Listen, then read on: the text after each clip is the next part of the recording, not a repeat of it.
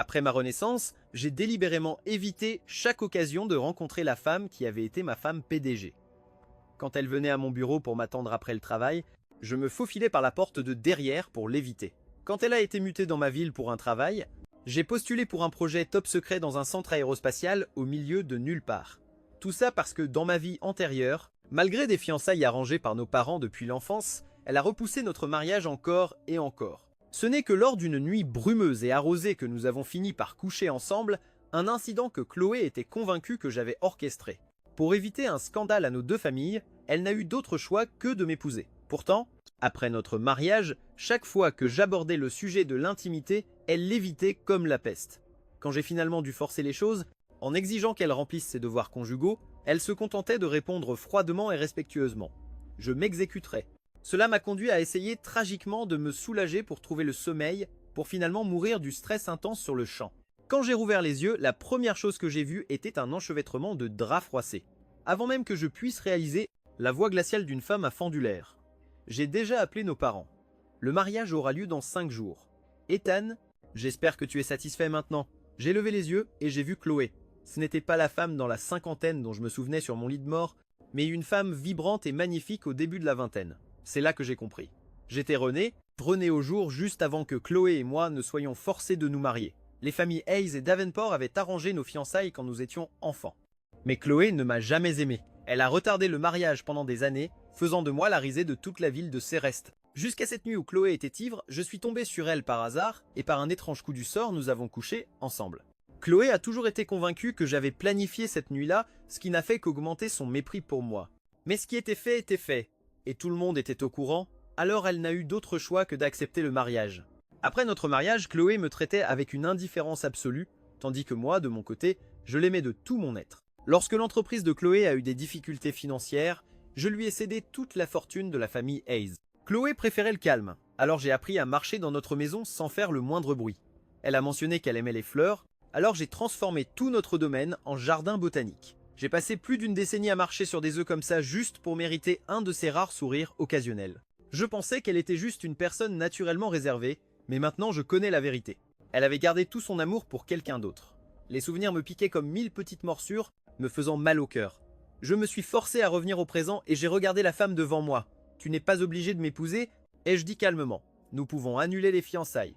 Ayant une seconde chance dans la vie, je refusais de gaspiller mon précieux temps avec une femme qui ne m'aimait pas. Chloé s'est contentée de ricaner à mes mots. Ethan, essaies-tu de te faire désirer encore? Je me suis figé. Je me suis souvenu à quel point j'étais follement amoureux d'elle quand j'étais plus jeune. J'avais piqué des crises et menacé de tout annuler plusieurs fois pour être ensuite raisonné par ses parents. Bien sûr, Chloé ne croyait pas que j'irais un jour jusqu'au bout. Cette fois, je suis sérieux et je commençais à expliquer, mais elle était déjà en train de partir. S'est éloignée sans un regard en arrière. Tout comme dans ma vie passée, Chloé n'a jamais écouté un mot de ce que je disais. C'était inutile. Très bien. Si je voulais rompre les fiançailles, je pouvais simplement parler directement à ses parents. D'ailleurs, j'avais des choses plus importantes dont je devais m'occuper. J'ai pris mon téléphone et j'ai passé un appel. Professeur, est-il trop tard pour que je postule pour le projet Poussière d'étoiles au centre de recherche aérospatiale? La voix de mon professeur à l'autre bout du fil était remplie d'une agréable surprise. Bien sûr, ils vous ont spécifiquement demandé, mais comme je vous l'ai déjà dit, c'est un projet classé top secret.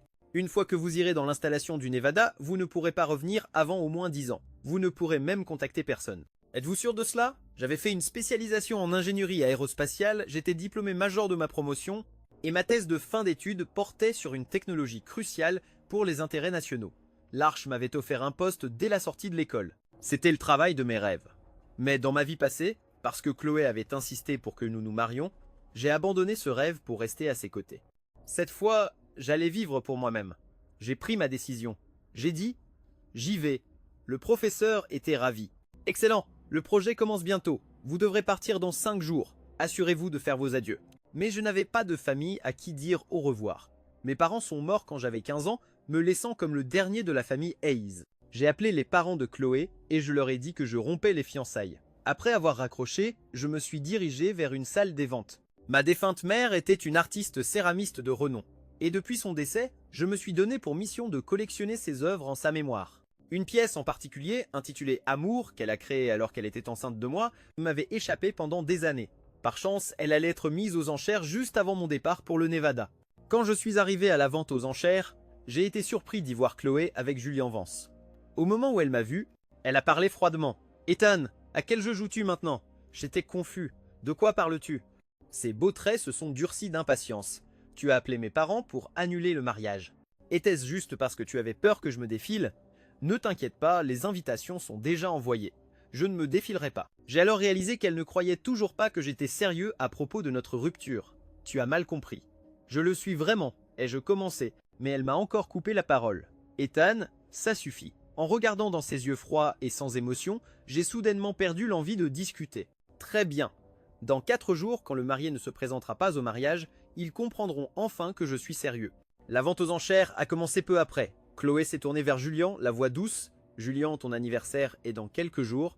Dis-moi ce que tu aimerais et je te l'achèterai. » Julien, cependant, a juste tripoté nerveusement sa manche et a secoué la tête. « Tante Chloé, vous avez déjà tant fait en m'élevant. Tout ici est trop cher. Je n'en suis pas digne. » N'importe quoi. Chloé a froncé les sourcils. Mon Julien mérite ce qu'il y a de meilleur au monde. La mère de Julien, qui avait travaillé pour Chloé, est morte il y a 12 ans en sauvant la vie de Chloé. Par gratitude et culpabilité, Chloé l'avait recueilli, lui disant de l'appeler Tante Chloé. Il n'avait que 10 ans à l'époque. Elle en avait presque 20. Maintenant, des années plus tard, ce petit garçon avait grandi pour devenir un jeune homme grand et beau. En regardant Chloé le regarder maintenant, une légère rougeur sur ses joues, j'ai réalisé à quel point j'avais été inconscient dans ma vie passée de ne pas voir ses sentiments pour lui. Juste à ce moment-là, la voix du commissaire-priseur retentit. Et maintenant, nous avons la célèbre sculpture en céramique, Amour. Une sculpture d'un blanc immaculé fut apportée sur scène, représentant une maman éléphant étreignant son éléphanteau. La tête de Julien se redressa brusquement et Chloé le remarqua immédiatement. « Celle-ci te plaît ?» Il rougit. « Elle me rappelle ma mère. » À cet instant précis, je levai mon panneau. 10 millions. J'avais ouvert avec une offre de 2 fois sa valeur marchande. J'étais déterminé à récupérer l'œuvre de ma mère, mais à ma grande surprise, Chloé leva son propre panneau. 15 millions. Je tournai vivement la tête pour la dévisager. Son expression était complètement neutre. « Elle plaît à Julien, dit-elle. » Une lueur de rage s'alluma en moi. Elle a été faite par ma mère. Chloé se figea, ses yeux se posant sur le nom de l'artiste dans le catalogue, sa main tenant le panneau s'abaissa lentement. Mais alors Julien parla, la voix chargée d'émotion. « Ce n'est pas grave, tante Chloé. Je ne suis pas digne de quelque chose d'aussi beau. » Quoi qu'il en soit, en voyant les yeux rougis du garçon, le cœur de Chloé sembla se serrer. Sans la moindre hésitation, elle se tourna vers un responsable de la vente aux enchères. « Placez une offre inconditionnelle. Peu importe le prix, je veux remporter cette sculpture. » Une offre inconditionnelle signifiait qu'elle surenchérirait automatiquement sur toute autre offre d'1 million de dollars. Elle allait obtenir amour, peu importe le prix. Mon visage devint blême. « Chloé, commençai-je, la voix tremblante. Es-tu vraiment obligé de faire ça?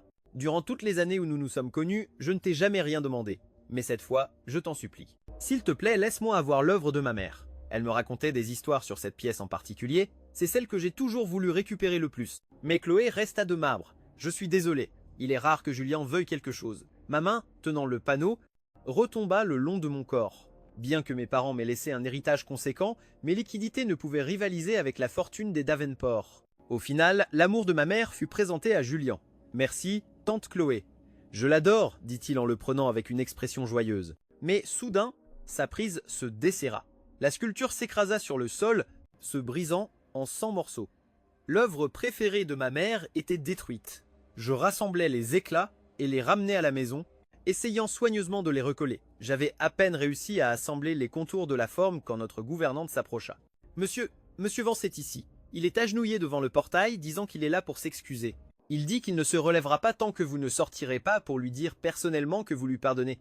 Je ne levai même pas les yeux de mon travail. Je ne le recevrai pas. » Un peu plus tard, le ciel s'ouvrit et une pluie torrentielle commença à tomber. Chloé fit irruption dans le manoir Hayes, son visage un masque de fureur. « Ethan, n'es-tu pas allé assez loin comme ça ?» La femme d'habitude si calme avait les yeux flamboyants. « Julien est agenouillé dehors sous la pluie depuis 1 heure. Tout ce que tu as à faire, c'est de sortir et de dire que tu lui pardonnes. Est-ce si difficile ?» Mes mains, occupées avec les fragments de céramique, s'immobilisèrent enfin. « C'est lui qui a décidé de s'agenouiller, dis-je froidement. Il a détruit quelque chose qui appartenait à ma mère. Pourquoi diable devrais-je être celui qui sort pour le consoler? Toi !» Chloé bouillait de rage. À ce moment-là, son assistante entra en courant, paniquée. « Mademoiselle Davenport, c'est terrible. » Monsieur Vance s'est évanoui. Quoi? Le visage de Chloé devint blême. Elle se retourna et me vit, toujours calmement, travailler sur la sculpture. Dans un accès de rage, elle a balayé la table avec son bras. En voyant les morceaux que j'avais méticuleusement assemblés s'écraser à nouveau sur le sol, Ethan, tu es sans cœur. Sur ce, elle s'est retournée et est sortie en courant pour aider Julian à se relever du sol détrempé par la pluie. J'ai regardé les morceaux brisés sur le sol, maintenant cassés au-delà de tout espoir de réparation, et mes yeux me brûlaient. Moi, sans cœur, pendant toutes ces années, je l'ai poursuivi, la suppliant d'un simple regard. Et qu'est-ce que j'y ai gagné? Une mort misérable dans ma vie antérieure et son indifférence cruelle dans celle-ci. Qui était le vrai sans cœur ici? Je me suis agenouillé sur le sol, ramassant les fragments désespérément brisés, morceau par morceau. Chloé, j'ai fini de t'aimer. Il n'en reste plus rien. Comme j'étais déterminé à couper tous les ponts, j'ai emballé tout ce que Chloé m'avait donné au fil des ans et j'ai tout fait renvoyer au domaine des Davenport. C'était soi-disant des cadeaux de sa part, mais je savais que ses parents l'avaient forcé à chaque fois. Elle demandait simplement à un assistant de choisir quelque chose au hasard. La seule exception était le bijou de famille des Davenport, un pendentif de jade. Il était trop précieux pour l'envoyer par la poste, alors j'ai décidé de le lui rendre en personne. Mais quand je suis arrivé à l'hôpital et que je me suis tenu devant la chambre de Julian, j'ai entendu sa voix de l'intérieur. « Tante Chloé, tu ne devrais pas être si bonne avec moi. J'ai peur de m'y habituer et ensuite je ne saurai plus quoi faire quand tu te marieras. » À travers la petite vitre de la porte, j'ai vu l'expression d'adoration pure sur le visage de Chloé. Elle a levé la main comme si elle voulait instinctivement le prendre dans ses bras, mais elle s'est retenue. À la place, sa main s'est posée sur sa tête, son regard plein d'une affection calme et contenue. Ne sois pas stupide. Même après mon mariage, je prendrai toujours soin de toi. Les yeux de Julian se sont illuminés, mais Chloé a continué. Je t'ai déjà dit, tu peux me considérer comme ta vraie tante. Je prendrai soin de toi pour le reste de ta vie. La lumière dans ses yeux s'est éteinte et il a baissé le regard. Juste une tante, athée, il murmurait. Mais après ton mariage, tu auras tes propres enfants, athée, il marmonnait. Quand tu auras un enfant à toi, que serai-je pour toi? Nous n'en aurons pas, a dit Chloé instantanément sans la moindre hésitation. Ethan et moi n'aurons pas d'enfants. Julien parut stupéfait. Pourquoi pas? Chloé baissa les yeux vers lui, son expression un mélange complexe d'émotions que je ne pouvais pas déchiffrer. J'ai déjà menti à Ethan. Je lui ai dit que j'avais une maladie utérine, qu'accoucher me mettrait en danger d'hémorragie. Il a promis qu'il ne me forcerait pas et qu'il subirait une vasectomie après notre mariage. Julien, je serai toujours ta tante Chloé et tout ce que j'ai te reviendra un jour, alors s'il te plaît ne t'inquiète pas, d'accord? Tante Chloé, les yeux de Julien se sont remplis de larmes alors qu'il se jetait dans ses bras. Debout près de la porte, j'ai senti le sang quitter mon visage. Chloé m'avait, en effet, parlé de sa prétendue maladie utérine et du risque d'hémorragie. Je n'ai jamais douté d'elle. Dans ma vie passée, j'ai subi une vasectomie juste après notre mariage, terrifié à l'idée qu'elle puisse avoir une grossesse accidentelle qui pourrait la tuer. J'avais été si prudent, si dévoué à la protéger, et je n'aurais jamais imaginé dans mes rêves les plus fous que tout cela n'était qu'un mensonge. La prise de conscience était trop forte. J'ai reculé en trébuchant. Juste à ce moment-là, un des gardes du corps de Chloé est arrivé au coin du couloir et m'a vu debout là. Monsieur Hayes, a-t-il demandé, surpris. J'ai fourré le pendentif de jade dans sa main, donné ça à Chloé, et je dis, puis je me suis retourné et je suis parti sans un mot de plus. Aujourd'hui, c'était mon anniversaire. Comme je partais bientôt, j'ai décidé d'organiser une grande fête pour mes amis, ce que je fais rarement. Je ne m'attendais pas à ce que Chloé se présente avec Julien dans ses bagages. Un cadeau? Athée, elle dit froidement en me jetant une boîte. Je la lui ai immédiatement rendue. N'as-tu pas reçu le paquet que j'ai laissé à ton garde du corps? Si elle avait vu que j'avais rendu l'héritage familial, elle aurait compris que le mariage était annulé, mais elle s'est contentée de froncer les sourcils. Je ne l'ai pas regardé. Je te l'ai déjà dit, je n'ai besoin de rien. Tu n'as pas à me faire de cadeau. Il m'a fallu une seconde pour comprendre ce qu'elle voulait dire. Elle a dû voir le sac cadeau et a simplement supposé qu'il venait de moi, alors elle n'a même pas pris la peine de l'ouvrir. Je me suis soudain souvenu de ma vie passée lorsque je triais ses affaires après sa mort. J'ai trouvé un débarras au sous-sol rempli de boîtes poussiéreuses non ouvertes, tous les cadeaux que je lui avais jamais offerts. Le collier que j'avais passé une semaine à sculpter pour son 25e anniversaire. Le porte-bonheur pour lequel j'avais passé 3 jours et 3 nuits à prier dans un temple isolé quand elle était malade à 33 ans. L'encens apaisant sur mesure que j'avais étudié pendant 1 an pour le créer quand elle a commencé à avoir des maux de tête à 40 ans. Tous ces cadeaux remplis de tant de mon temps et de mes efforts ont été jetés dans un débarras sans un second regard. Pendant ce temps, les étoiles en papier, les bracelets bon marché et même de simples mots de Julien étaient tous précieusement conservés dans son coffre-fort. Un sourire amé a effleuré mes lèvres. Je n'ai pas pris la peine de m'expliquer davantage et je suis allé me mêler à mes autres invités. Vers le milieu de la fête, Julien s'est soudainement effondré contre Chloé. Tante Chloé, à thé il gémit, j'ai la tête qui tourne. L'expression de Chloé a changé instantanément. Es-tu malade? As-tu mangé quelque chose qui ne t'a pas convenu? Je t'emmène à l'hôpital. Elle l'a aidé à se relever et a commencé à le faire sortir de la fête sans un mot de plus. En tant que coach, j'ai froncé les sourcils. J'étais responsable de tout ce qui lui arriverait ici. Ne voulant pas de problème le jour de mon départ, j'ai décidé de les suivre. Mais alors que j'approchais de la Bentley noire de Chloé, j'ai entendu la respiration allaitante de Juliane à l'intérieur. Tante Chloé, j'ai si chaud et je me sens si plein en bas. Ma main, levée pour frapper à la fenêtre, s'est figée en l'air. Même moi, je pouvais deviner ce qui n'allait pas. Alors imaginez Chloé à l'intérieur de la voiture avec lui. J'ai entendu sa voix anxieuse. « Julian, as-tu été drogué ? Je t'emmène à l'hôpital tout de suite. » Mais Julian l'a attrapé. Il n'y a pas le temps. Tante Chloé, je me sens horriblement mal. S'il te plaît, donne-toi à moi. Tu es la seule que je désire. Sa voix profonde et séduisante semblait toucher son point le plus vulnérable. Chloé avait résisté de toutes ses forces, mais en entendant sa confession, tous ses sentiments refoulés ont finalement éclaté. D'accord ? Hâtée, elle chuchotait. Le garçon est instantanément devenu comme un animal, se jetant sur elle. Je suis resté là à regarder la voiture tanguer violemment, écoutant des sons venant de Chloé que je n'avais jamais entendus de ma vie, si désirants, si séduisants. Un faible sourire amer s'est dessiné sur mes lèvres. Dans notre vie passée, nous avons été mariés pendant 20 ans, et je pouvais compter le nombre de fois où nous avons été intimes sur les doigts d'une main. Le rythme d'une fois par mois que nous avions finalement établi était un cadeau d'anniversaire que j'ai dû supplier quand j'ai eu 35 ans. J'avais toujours pensé qu'elle n'était tout simplement pas intéressée par le sexe. Mais en écoutant la passion dans cette voiture, j'ai enfin compris. Ce n'est pas qu'elle n'était pas intéressée par le sexe, elle ne l'était tout simplement pas avec moi, intéressée par moi. Je me suis détourné. C'était peu, être mieux ainsi. Dans cette vie, tout le monde obtenait ce qu'il voulait vraiment. Je suis retourné à la fête et 2 heures plus tard, elle touchait à sa fin. Je suis monté au salon pour prendre un verre de jus. Et au moment où j'allais m'asseoir, une chaleur soudaine et intense a envahi mon corps. J'ai su que quelque chose n'allait pas et j'étais sur le point d'appeler à l'aide quand une voix froide a retenti depuis l'embrasure de la porte. Qu'est-ce que ça fait, Ethan ? Être drogué n'est pas très agréable, n'est-ce pas ? J'ai brusquement relevé la tête et j'ai vu Chloé se tenir sur le seuil. J'ai tout de suite compris. Tu as drogué mon jus ? Chloé, qu'est-ce que tu fiches ? Elle a ricané et s'est avancée. C'est à moi de te poser la question. Pourquoi as-tu drogué Julien ? Juste parce qu'il a accidentellement cassé la sculpture de ta mère, tu as décidé de le droguer pour l'humilier en public et ruiner sa réputation. Ce n'est qu'un gamin, Ethan. Comment as-tu pu être aussi cruel ? J'étais complètement abasourdi. Quand ai-je bien pu droguer Julien ? Chloé a ricané. Ne le nie pas. J'ai déjà demandé à Julien. La seule chose qu'il a bu aujourd'hui était un verre d'eau que tu lui as donné. Si ce n'était pas toi, qui était-ce ? À ce moment-là, j'ai vraiment compris le sens du favoritisme aveugle. Il a suffi d'une seule phrase de Julien pour que Chloé me condamne sans la moindre hésitation.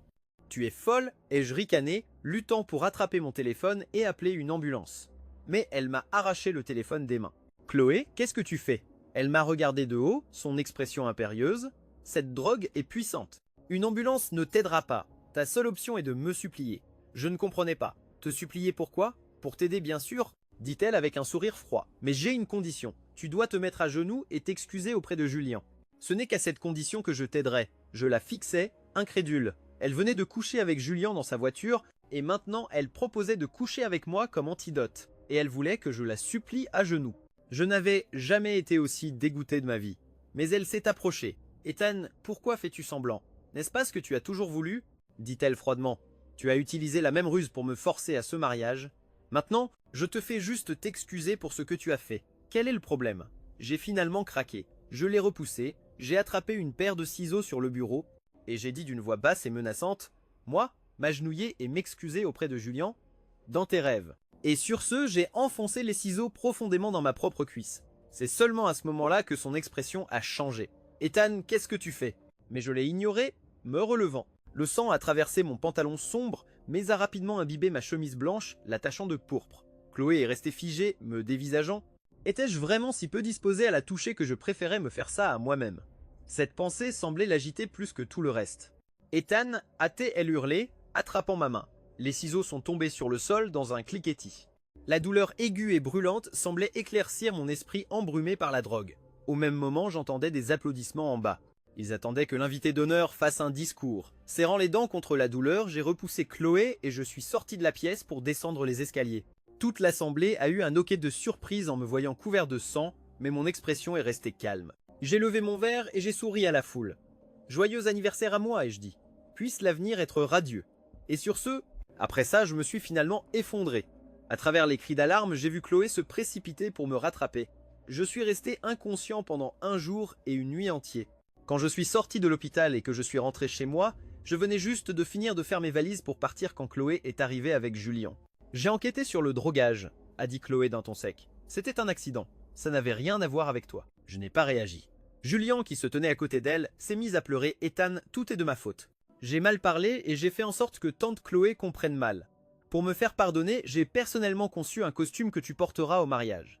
Considère ça comme un cadeau d'anniversaire. J'ai finalement levé les yeux vers le costume qu'il tenait et un souvenir de ma vie antérieure m'est revenu en mémoire. J'ai laissé échapper un rire froid. Est-ce que tu te soucies au moins des mesures quand tu crées quelque chose? Il est impossible que je rentre là, dedans. Dans ma vie antérieure, la veille de notre mariage, Julien m'avait offert un costume qu'il avait personnellement conçu. Chloé avait immédiatement renvoyé le costume coûteux et sur mesure que j'avais choisi et avait insisté pour que je porte la création de Julien. Le plus ridicule, c'est que son costume était bien trop petit et serré pour que je puisse même l'enfiler. Mais dans ma vie antérieure, Chloé avait juste dit froidement « alors mange moins ». Donc pendant les 2 jours précédant le mariage, je n'ai rien mangé ni bu et j'ai fini par m'évanouir pendant la cérémonie. Je n'allais pas être aussi stupide dans cette vie. En entendant mes paroles, le visage de Julien a blêmi. Je suis vraiment désolé, a-t-il dit, l'air terrifié. C'est juste que quand je le concevais, je n'arrêtais pas d'imaginer ce que ce serait si j'étais le marié, et j'ai accidentellement. La tête de Chloé s'est brusquement relevée pour le regarder, son expression illisible. Julien a rapidement couvert sa bouche comme s'il venait de réaliser ce qu'il avait dit. Le silence qui a suivi était lourd de gêne. J'ai brisé le silence d'un rire froid. Eh bien, dans ce cas, tu devrais le porter. Julien s'est figé, mais le visage de Chloé est devenu de pierre. De quoi tu parles? Je suis sa tante. Un sourire sarcastique a joué sur mes lèvres. Tu vois, les gens qui ont mauvaise conscience sont toujours les premiers à se mettre sur la défensive. Très bien, donne-le à quelqu'un d'autre. Alors, ai-je dit, sans prendre la peine d'insister. Quoi qu'il en soit, je ne le porterai pas. Chloé a froncé les sourcils. Qu'est-ce que tu essaies de dire? J'ai été parfaitement clair depuis le début et je dis, en la regardant droit dans les yeux. Je ne veux pas t'épouser. Je ne serai pas au mariage demain. Tu joues encore les difficiles? Hâtée, elle commençait à dire avec impatience. Mais elle s'est arrêtée quand elle a croisé mon regard glacial. Ses yeux sont tombés sur ma cuisse lourdement bandée, et elle a semblé se souvenir que je préférais me poignarder plutôt que de la laisser me toucher. Une irritation inexplicable a semblé monter en elle. Ethan, le mariage est demain, arrête de faire ton caprice. C'était ça. Elle a dû penser que je faisais juste une scène parce qu'elle m'avait ignoré. Bientôt, je m'en remettrai et redeviendrai le même petit chiot enthousiaste, désespéré de l'épouser. Son regard s'est tourné vers le costume que tenait Julien.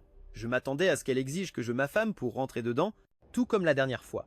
Mais au lieu de ça, elle a dit « Si tu préfères le costume que tu as fait faire sur mesure, alors porte celui-là. » Julien a vivement relevé la tête. « Tante Chloé, elle lui a juste tapoté la tête. Ce n'est pas grave, tu pourras lui dessiner autre chose une autre fois. » Le visage de Julien a légèrement pâli, mais il a hoché la tête docilement. Chloé est partie avec Julien, mais peu de temps après, Julien est revenu seul. Il s'est tenu devant moi et est allé droit au but. Ethan, il dit froidement, tu as vu ce qui s'est passé dans la voiture hier, n'est-ce pas? Le garçon timide avait disparu, remplacé par quelqu'un dont les yeux étaient remplis d'une hostilité non dissimulée. Je n'ai pas répondu directement à sa question. À la place, j'en ai posé une moi-même. Tu t'es drogué, n'est-ce pas? Il ne l'a pas nié, c'est exact. Tante Chloé m'a toujours aimé. Je lui donnais juste une excuse pour passer à l'acte. Je vois. Dans ma vie passée, je n'avais jamais été sûr si ses sentiments pour lui étaient à sens unique. Maintenant, je savais qu'ils étaient réciproques. Eh bien, alors, ai-je dit, je vous souhaite à tous les deux d'être heureux. Je le pensais sincèrement, mais mes paroles ont semblé le faire sortir de ses gonds. Arrête tes conneries, Ethan. Je dois admettre cependant que tu es devenu beaucoup plus malin qu'avant, ricana-t-il. Avant, tu te contentais de la suivre partout comme un chien pathétique. Maintenant, tu as appris à jouer à des jeux. Tu penses que refuser de coucher avec elle hier va lui faire te voir sous un nouveau jour? Tu peux toujours rêver. Aujourd'hui, je vais te montrer de qui elle se soucie vraiment. Sur ce, il s'est jeté sur moi, pressant un chiffon sur mon nez et ma bouche. Une forte odeur de produits chimiques a rempli mes poumons. J'ai essayé de me débattre, mais avec ma jambe blessée, j'étais trop faible. Le personnel de maison s'était déjà éclipsé, sentant la nature privée de notre conversation. Je me suis débattu un instant, puis tout est devenu noir. Je me suis réveillé dans une chaleur intense. J'ai ouvert les yeux et j'ai vu du feu partout. Julien était allongé sur le sol à côté de moi. Tout m'est revenu d'un coup. Tu as mis le feu à ma maison, lui ai-je crié. Tu es fou? Il s'est contenté de ricaner. Tu penses toujours qu'elle tient à toi, n'est-ce pas? Aujourd'hui, tu vas voir à quel point elle m'aime vraiment.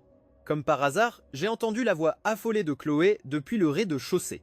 Julien, Julien, où es-tu? Toute trace de méchanceté a disparu de son visage, remplacée par une panique pure.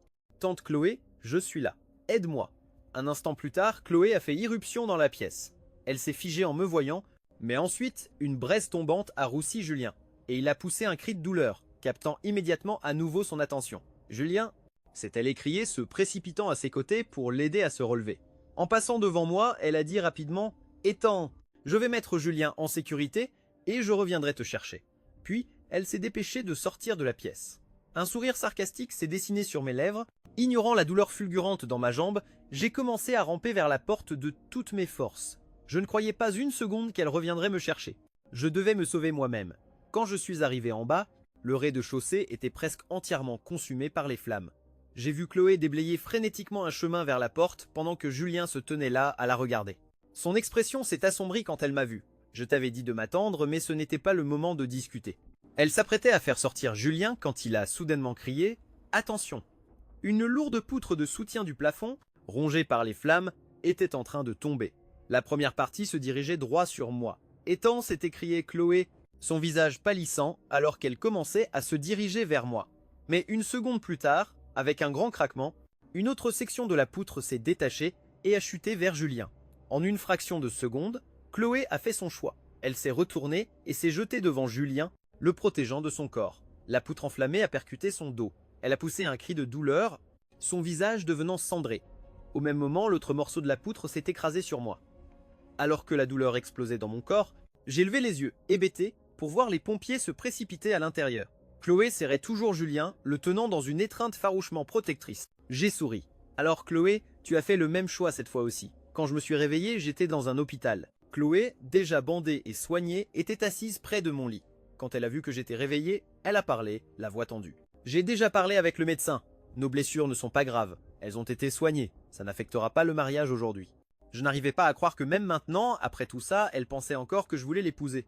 J'étais trop fatigué pour discuter. Je suis juste sorti du lit. Je quitte l'hôpital. C'était aujourd'hui que je devais partir pour le projet Stardust. Je ne pouvais pas être en retard. Mais Chloé, supposant que j'étais simplement impatient de me rendre au mariage, a semblé pousser un petit soupir de soulagement discret. Alors, j'étais toujours désespéré de l'épouser après tout. Elle a ressenti un étrange sentiment de soulagement, peut être même une petite lueur de bonheur. Chloé ne comprenait pas ses propres sentiments et cette confusion la rendit irritable. Son masque de froideur est revenu en place. Je vais au lieu de la cérémonie. Retrouve-moi là-bas quand tu seras prêt. Dès qu'elle est partie, j'ai appelé mon chauffeur. Au lieu du mariage, monsieur, a-t-il demandé. Non, ai-je dit sans la moindre hésitation. L'aéroport. Après avoir pris mes sacs et rejoint mon professeur, j'ai vu que mon téléphone était inondé de messages de Chloé. Ethan, où es-tu? Pourquoi n'es-tu pas au lieu de la cérémonie? C'est presque l'heure. Est-ce que tu veux au moins te marier ou pas?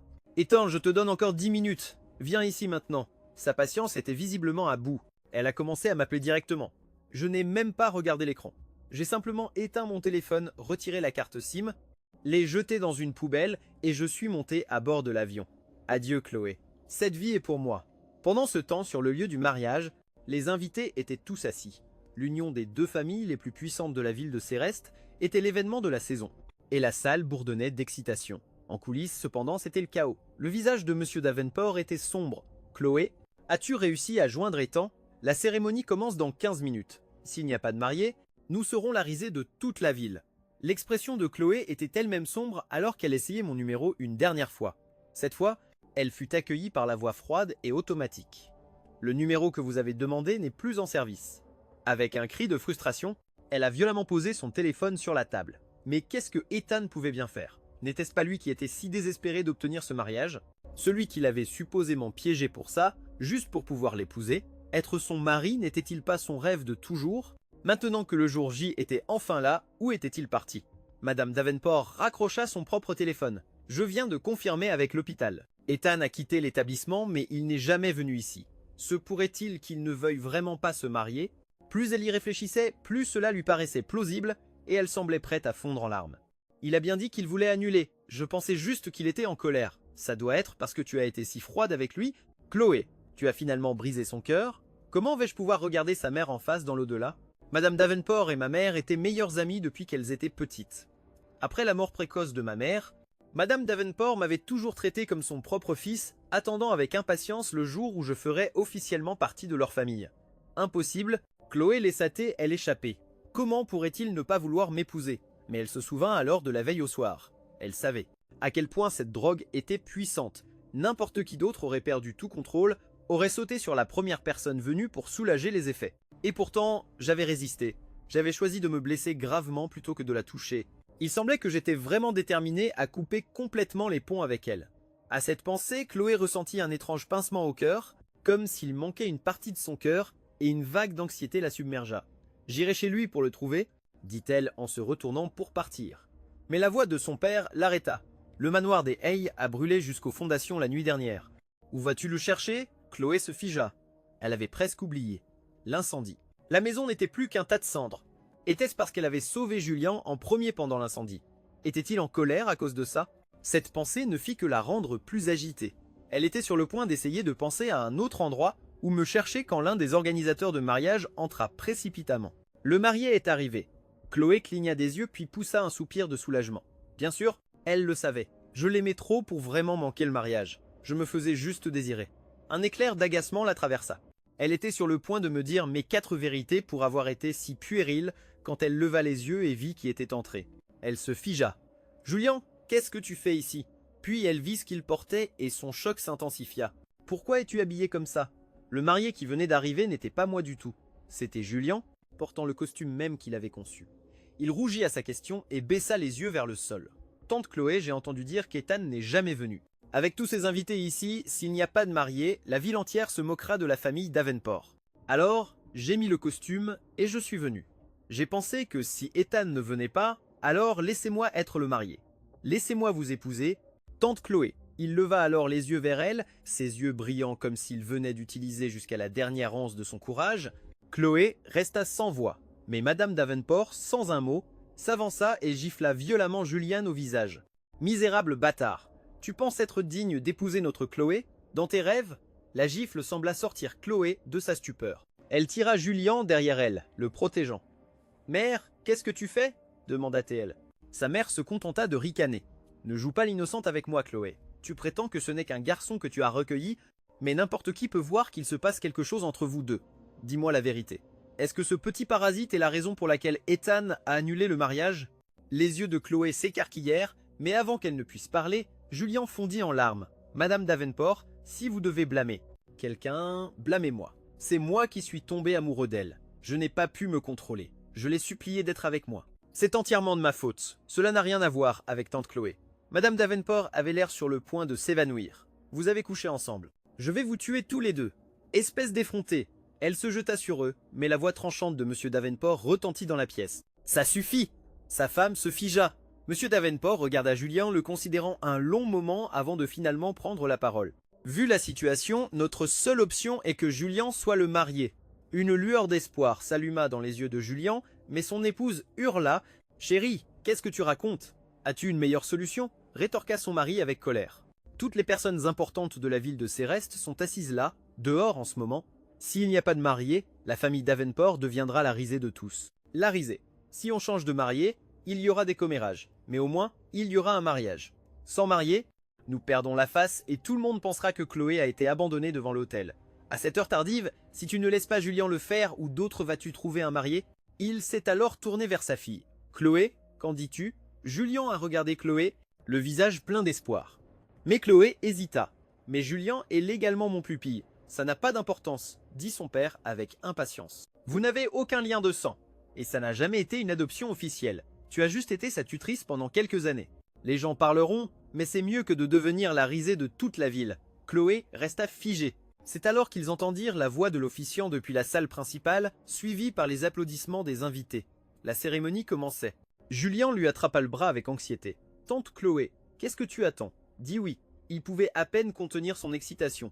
Il avait été recueilli par Chloé quand il avait 10 ans, et au début, il la voyait vraiment comme une aînée respectée, mais en devenant adolescent, il s'est surpris à tomber amoureux d'elle, de sa beauté. Oui, mais encore plus de l'immense fortune de la famille Davenport. Il sentait qu'elle aussi avait des sentiments pour lui, mais qu'elle les réprimait à cause de leur relation tutrice-pupille et, bien sûr, de ses fiançailles avec moi. Aujourd'hui, toutes ces barrières pouvaient enfin être brisées.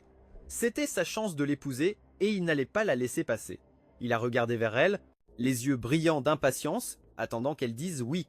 Mais au lieu de ça, elle a levé les yeux vers son père. « Papa, je ne peux pas épouser Julien. Le visage de Julien se décomposa. Même Monsieur Davenport fut surpris. Pourquoi pas? Je pensais que tu aimais bien ce garçon. Chloé ne regarda pas Julien. Elle s'adressa simplement à son père d'un ton calme et mesuré. Papa, faire de Julien le marié pourrait résoudre le problème d'aujourd'hui. Mais qu'en est-il de demain? Les Davenport et les Hayes ont de nombreuses coentreprises. Et bien que nos entreprises aient des directeurs professionnels, Ethan détient le pouvoir de décision finale. Il n'est peut être pas là aujourd'hui, mais penses-tu vraiment qu'il sera ravi d'apprendre que j'épouse Julien? Et si ce n'est qu'un caprice de sa part et qu'il revient pour découvrir que je l'ai remplacé, que penses-tu qu'il fera alors? Et si dans sa colère, il dissout tous nos partenariats commerciaux? Sans oublier qu'un changement de marié à la dernière minute fera passer les Davenport pour des gens peu fiables. Cela nuira à notre réputation. Son analyse calme et logique persuada son père. Tu as raison, concéda Théil. Mais qu'en est-il de la cérémonie d'aujourd'hui? Ça, c'est la partie facile, dit Chloé. Le manoir des Hayes n'a-t-il pas brûlé hier? Nous annoncerons simplement que les blessures que j'ai subies dans l'incendie se sont aggravées et que nous devons reporter le mariage. Nous pourrons le reprogrammer pour le mois prochain. Les yeux de sa mère s'illuminèrent. Oui ma chérie, c'est parfait. Fais-moi confiance, je connais Ethan depuis sa naissance. Il n'abandonnerait jamais Chloé. Cela régla la question pour Monsieur Davenport. Très bien, nous ferons comme tu le dis. Ses parents sortirent rapidement pour s'adresser aux invités. Ce n'est qu'à ce moment-là que Chloé se tourna vers Julien. En voyant ses yeux rouges et remplis de larmes, elle ressentit une pointe de pitié. Julien commença T.L. doucement. Il leva brusquement les yeux vers elle. Tante Chloé, est-ce que la seule raison pour laquelle tu épouses Ethan est vraiment à cause des affaires entre vos familles? Sa paupière tressaillit. Bien sûr. Quelle autre raison pourrait-il y avoir? Je pensais que peut être tu. Réellement tombée amoureuse de lui, dit-il doucement. Comment cela serait-il possible? Rétorqua T.L. instantanément. Julien esquissa un faible sourire. C'est une bonne chose alors. Inconsciemment, les mains de Chloé se serrèrent en poing, ses ongles vernis s'enfonçant dans ses paumes. Oui, c'était ça. Elle ne m'épousait que pour le bien de l'entreprise de sa famille et la promesse que leurs parents avaient faite. C'était la seule raison. Après le report officiel du mariage, Chloé partit immédiatement à ma recherche. Elle vérifia plusieurs bureaux de la société Hayes, sans succès, et finit par atterrir à l'université où je menais mes recherches. Contrairement à la plupart des héritiers, je n'avais aucun intérêt pour la gestion d'entreprise, les voitures de sport ou les montres de luxe. Ma passion était la recherche aérospatiale. J'étais passé directement de ma licence à un master, laissant l'entreprise familiale entre les mains de gestionnaires professionnels pour que je puisse rester à l'université en tant que chercheur après mon diplôme. Chloé avait toujours méprisé ma carrière. Le salaire était bas et cela n'apportait rien à l'entreprise familiale. Elle avait déjà décidé qu'une fois mariée, elle me ferait démissionner. Quand elle est arrivée à l'université, elle a trouvé mon professeur et lui a demandé sans détour s'il m'avait vu. Le professeur parut surpris. Ethan est déjà parti. Vous ne le saviez pas? Chloé fut décontenancée. Parti? Où est-il allé? Il est parti rejoindre un projet de recherche aérospatiale. Il est parti ce matin. Chloé resta là, abasourdie. Alors, je m'étais enfui en voyage d'affaires juste pour éviter le mariage. Une lueur d'agacement la traversa. Mon caractère empirait certainement. Empirait. Quand revient-il? Exigea-t-il. Mon professeur savait qui elle était, bien sûr, et que nous étions fiancés. Sa question parut le déconcerter. Ethan ne vous l'a pas dit? Il a rejoint un projet de recherche classé secret défense de niveau 1. Un projet de recherche classé. Il n'y a pas de date de retour définie. L'estimation la plus optimiste est d'au moins 10 ans. 10 ans. Le visage de Chloé devint blême. Pendant ce temps, au centre de recherche aérospatiale du Nevada, un hélicoptère privé atterrissait. Alors que je descendais, une chercheuse senior était là pour m'accueillir. « Bonjour, dit-elle. Je suis le docteur Lena Frost. Je serai votre superviseur ici. » Elle m'a montré mon dortoir, m'a expliqué la disposition des installations, puis a demandé « J'ai lu votre dossier. Vous êtes l'héritier de la fortune des Hayes. Un vrai gosse de riche. La vie ici est assez spartiate. Êtes-vous sûr de pouvoir vous adapter? » J'ai souri. « Ça ira. Une vie simple, c'est bien. Après tout, nous sommes ici pour faire de la recherche. » Cela parut lui plaire. Elle sourit et tendit la main. « Bienvenue dans le projet Stardust. » Je la lui serrai, sentant le rêve qui avait été brisé dans ma vie antérieure commencer enfin à se réparer. De retour à Ceres City, Chloé ne se souvenait même pas du trajet de retour. Elle franchit la porte, hébétée, où sa mère se précipita immédiatement à ses côtés. « Alors, l'as-tu trouvé ?» Chloé sembla revenir à la réalité. Il est parti dans un centre de recherche aérospatiale. « Un centre de recherche ?» répéta sa mère, confuse. « C'est un voyage d'affaires? Pour combien de temps ?» Les mains de Chloé se serrèrent en poing le long de son corps. « Un minimum de 10 ans, dit-elle, chaque mot semblant exiger un effort monumental. Ou il pourrait ne jamais revenir du tout. ne jamais revenir. Le visage de sa mère pâlit, puis une pensée sembla la frapper. Pas étonnant, murmura TL. Pas étonnant de quoi demanda Chloé. J'ai entendu dire il y a un moment qu'il faisait signer des documents à son directeur d'entreprise, des contrats à long terme, et qu'il avait placé une part importante de ses biens dans un trust. J'ai supposé que tout cela était en préparation du mariage. Je n'aurais jamais imaginé que c'était parce qu'il prévoyait de partir pour de bon. Chloé a lâché sèchement, la voix acérée par la colère, et tu n'as pas jugé bon de le mentionner plus tôt. Sa mère s'est emportée en retour. C'est moi qui devrais te poser des questions. Pourquoi Ethan partirait-il comme ça sur un coup de tête? Il t'adorait pour qu'il soit soudainement si déterminé à annuler le mariage, à partir si loin. Qu'est-ce que tu lui as fait, Chloé? Chloé a ouvert la bouche pour protester, mais aucun mot n'est sorti. Les événements des derniers jours lui sont revenus en mémoire. La façon dont elle m'avait humilié après avoir accepté le mariage.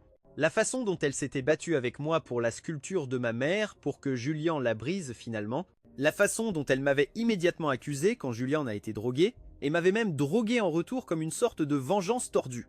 Et l'incendie où elle l'avait choisi lui et m'avait laissé pour mort. Maintenant, en entendant la question de sa mère, elle était forcée de tout affronter.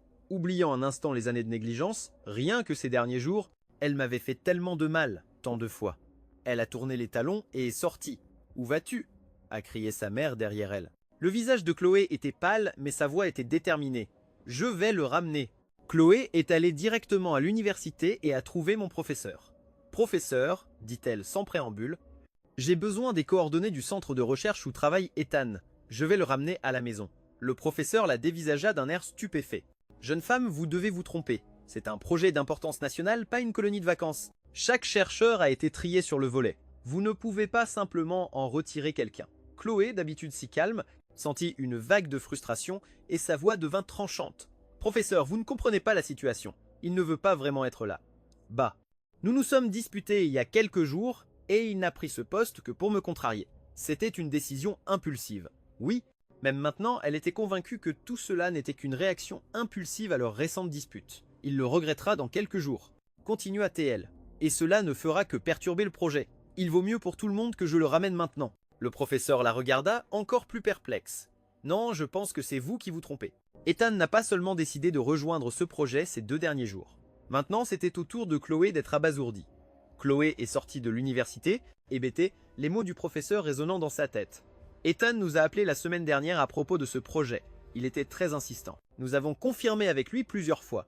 Ce n'était absolument pas une décision impulsive. Chloé s'arrêta de marcher. La semaine dernière, c'était juste après qu'elle ait accepté le mariage. C'était vrai. Je lui avais dit à ce moment-là que je voulais tout annuler, mais elle avait supposé que ce n'était qu'une autre menace en l'air, faite sous le coup de la colère.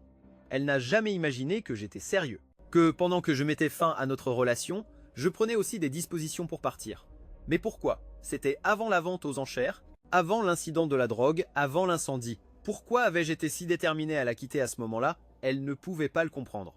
Elle est rentrée chez elle dans un brouillard et a été surprise de trouver son père dans le salon, l'air satisfait. « Chloé, tu es de retour.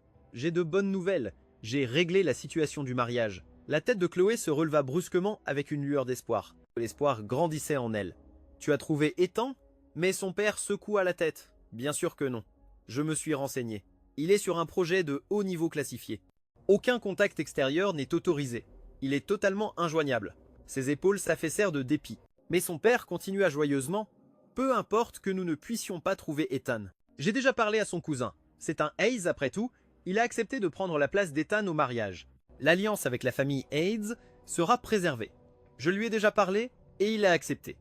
Nous ne serons pas la risée de la ville de Serest après tout. » Non. Chloé releva brusquement la tête, l'air horrifié. « Mes fiançailles sont avec Ethan. Comment pouvez-vous simplement le remplacer? Et ne craignez-vous pas qu'il soit furieux en l'apprenant et qu'il annule tous nos accords commerciaux? De quoi parlez-vous? Dit son père en fronçant les sourcils. Ethan est parti pour un projet à long terme. Il a clairement fait connaître son intention de mettre fin aux fiançailles.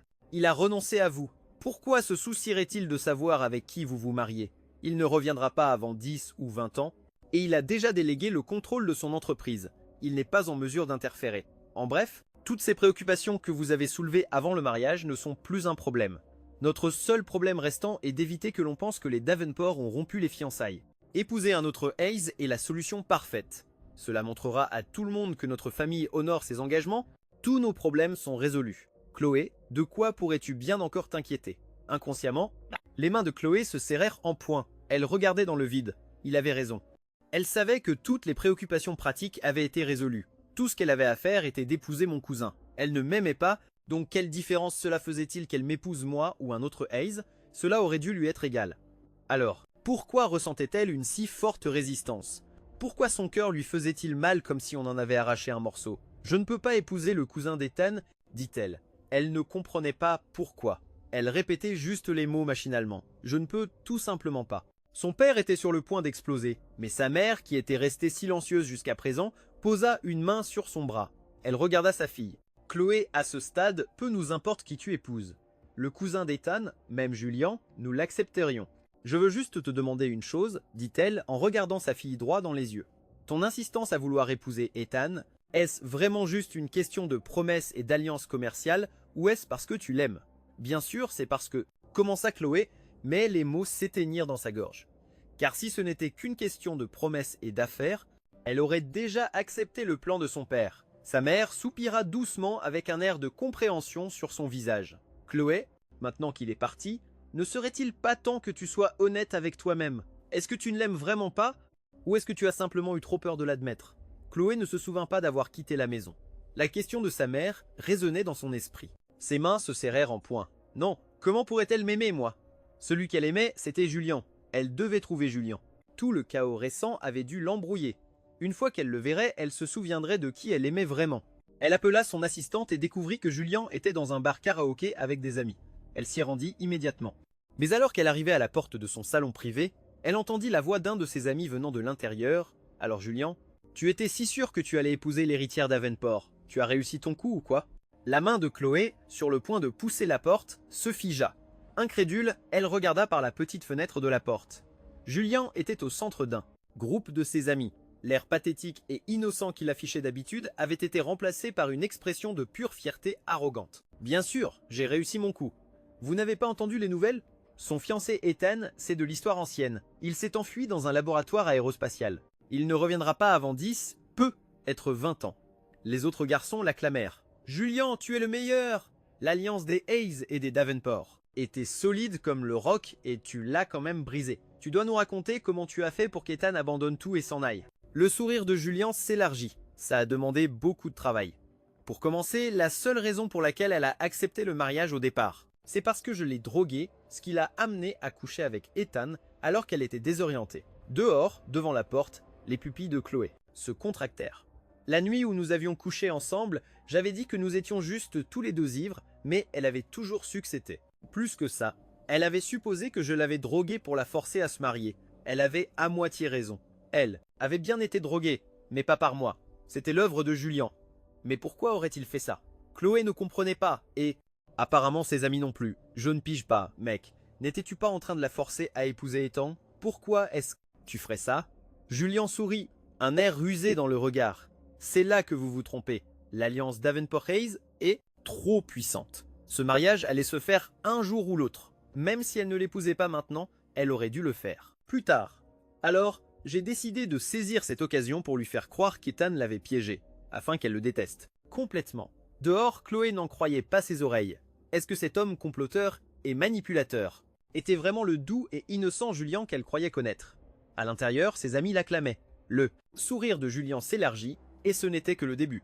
Ensuite, lors de la vente aux enchères, j'ai fait semblant de vouloir la sculpture de sa mère. J'ai fait en sorte que tante Chloé paye une fortune pour l'obtenir. Et ensuite, je l'ai accidentellement cassée. Puis, à sa fête d'anniversaire, je me suis drogué moi-même pour qu'elle couche avec moi. Je savais qu'une fois cette ligne franchie, elle ne pourrait plus jamais me quitter. Mais ce n'était pas assez. Je devais lui faire croire que c'était Ethan qui m'avait drogué pour qu'elle le haïsse encore plus. Je ne m'attendais pas à ce qu'il devienne plus intelligent, cependant. Se blesser de cette façon pour prouver son innocence était un bon coup. Ce coup monté n'a pas marché, mais ça n'avait pas d'importance. Je suis juste passé au plan suivant, j'ai incendié le manoir des Hayes. Et au moment décisif, qui a T.L. sauvé, moi. C'est ce qui a finalement poussé Ethan à renoncer à elle pour de bon. Dehors, la porte, le visage de Chloé, était devenu livide. Elle ne pouvait pas croire que tout ce qui s'était passé, chaque seul et unique incident, avait été orchestré par Julian. À l'intérieur, Julian continuait de se vanter. J'ai fait tout ça simplement. Pour pousser Ethan à l'abandonner, pour le faire partir de son plein gré. Et ça a marché. Haha, cet idiot a pris la fuite la queue.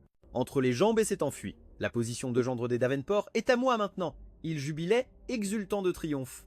Quand soudain, bang! La porte de la pièce fut violemment ouverte.